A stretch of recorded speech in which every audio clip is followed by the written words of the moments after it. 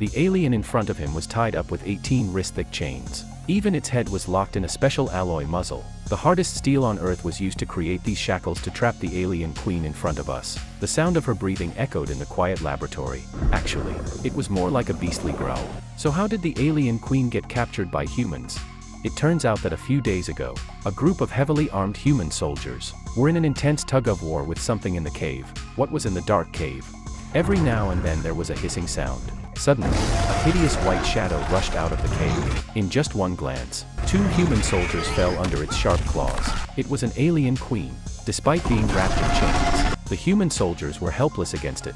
The alien queen struggles and hisses wildly in the cave. Sharp bone spikes shoot out from the tentacles behind her. Soldiers are constantly being hit and falling. The capture operation was about to fail. In the end, the hero, Dan Forrester, acted quickly. The moment the alien queen fell on the commander, he rushed up and tied up the tentacles the alien used to attack. This is how the alien was successfully captured in the special super alloy cage. By now, a large number of male aliens were being attracted by the queen's screams. Dan Forrester drove his armed Humvee in a frenzy to get away from them. This is how he managed to escape to the beach, temporarily freed from the chase of the aliens. It turned out that these aliens were the monsters that suddenly appeared around the world in the future. Humans at the top of the food chain were almost exterminated by them. They had no choice but to use wormhole travel technology. To travel back 30 years, they asked for help from their grandfathers and fathers' generation.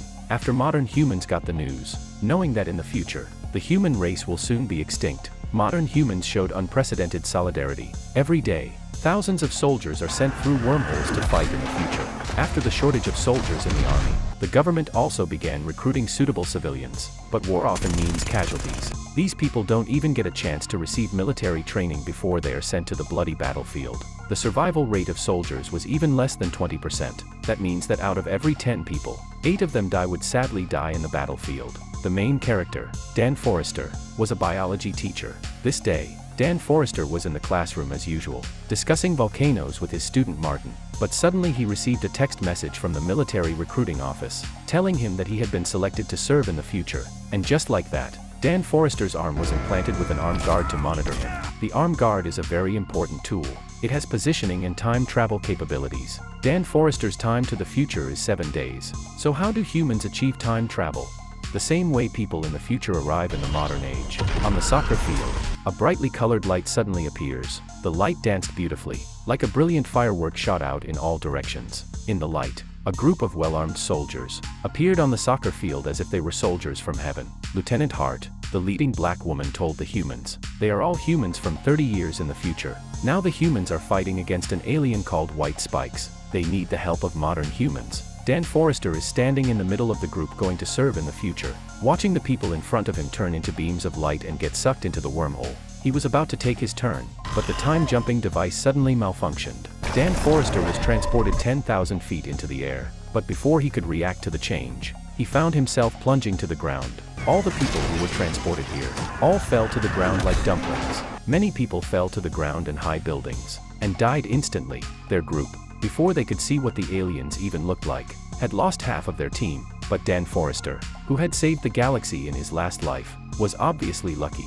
He curled up the moment he hit the ground, and ended up in a pool at the top of the building. Dan Forrester climbed up from the pool. The first thing that caught his eye was an apocalyptic scene. The sun was setting. The whole city was covered in fire and smoke. You could tell that a brutal war had just happened. When they contacted the people in charge here, they asked them to go to a nearby building to rescue the trapped research team. But by the time Dan Forrester arrived, the research team had already been made into Bologna by the aliens. When the aliens saw the sudden appearance of Dan Forrester and his team, the aliens thought they were here as food for them to munch on. On the spot, they hissed and rushed toward Dan Forrester and the others. The team fired back, but the bullets hit the alien's body but had no effect at all. In a flash, half of the team was already dead. Dan Forrester could only lead the group to retreat as they fought. They ran into the corridor. The aliens were still in pursuit. Dan Forrester saw that there was no way to escape today without a fight to the death. After all, he is a person who once challenged Thanos. Dan Forrester is not afraid of the alien. Out of bullets, he handily grabbed the fire axe on the wall and rushed at them. Looking at the strength of his powerful and overwhelming stance, the alien was a bit unsure of himself. The result is that Dan Forrester hit the floor with the axe. The alien seized the opportunity, picked up Dan Forrester and slammed him into the wall. Dan Forrester almost fell into a concussion. In the end, It was Charlie who showed his strength. Seeing the alien and Dan Forrester fighting against each other, he turned around and ran under the alien with a slide, and fired a direct shot to kill the alien. The team was able to rush to the street. They were about to escape.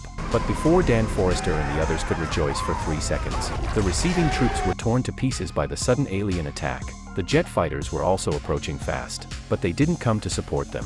Instead, they were ready to destroy the entire neighborhood. At the end of the line, the aliens were about to catch up with them. The wounded team member pushed Dan Forrester away. He turns to face the oncoming aliens and fires wildly. Meanwhile, the jet fighters arrived. Dan Forrester had to leave his teammates behind and retreat. The fire from the bombs engulfed everything in their wake. All the aliens and the humans perished. Millions of aliens surrounded the last human base. Their numbers are as uncountable as the sands of the sea. The human defense system is activated. Machine guns roar. One by one, the aliens are smashed to pieces. But compared to the sheer number of aliens, the human counterattack seemed so insignificant. Countless aliens climbed the walls of the base. The human defenses were easily breached. It was all because the humans had captured an alien queen. Inside the lab, Dan Forrester and his daughter Colonel Murray Forrester have just developed a toxin that can kill aliens. But unbeknownst to both father and daughter, all this was seen by the awakened alien queen. The alien queen, whose intelligence is far superior to that of the male aliens, seeing that the toxin that can kill her has been developed, struggled wildly against all odds. Her roar was deafening. It was the sound of an attack horn. With the fall of the human base, the male aliens stormed the lab. The chains that held the queen were easily torn off. Dan Forrester had just escaped the lab with his daughter Murray Forrester. Dan Forrester and his daughter had just escaped the lab when they were caught up by the pursuing aliens. The two were surrounded by explosive fire and countless aliens. Murray Forrester was grabbed by the aliens' tentacles. She was dragged to the bottom of the sea. Without hesitation, Dan Forrester jumped down after her. Countless aliens rose up from the sea. Like evil spirits struggling in the hell of Hades, they pounced on the only light. Just as Dan Forrester was about to pull his daughter, his time to serve in the future was up. In a cry of utter despair, he was transported back to 30 years ago. Waking wounded, Dan Forrester learns that the bridge to the future is destroyed. The toxin he'd fought so hard to bring back had no value. Yet as a father, how could he give up on his daughter? Since those monsters appeared in the future without warning, then they could have come in the modern era. Dan Forrester sought out the 2 surviving members of the team. With the help of Student Martin, by studying the volcanic ash on the aliens' claws, Dan Forrester and his team were able to determine that the alien ship had landed somewhere in Russia, beneath the ice fields of Siberia. They found the alien ship. The group dove into the cabin. There were yellow glowing cocoons everywhere. The aliens are still hatching, like demons waiting to break out of their cocoons. They injected the toxins into the cocoons one by one. The aliens are awakened from their slumber. They hissed and tore through the bloody cocoons. However, they soon collapse in a twisted heap and die. But the hissing of the aliens awakened their kind. The most important one, the queen alien, escapes. The team stayed behind to break up the attack. Dan Forrester and his father James Forrester searched the snowy plains for the escaped alien.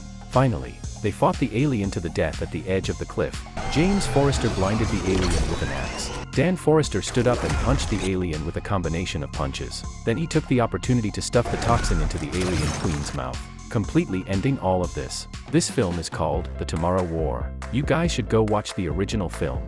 Well, that's all for this issue. Thank you for liking and subscribing. We'll see you next time. Bye.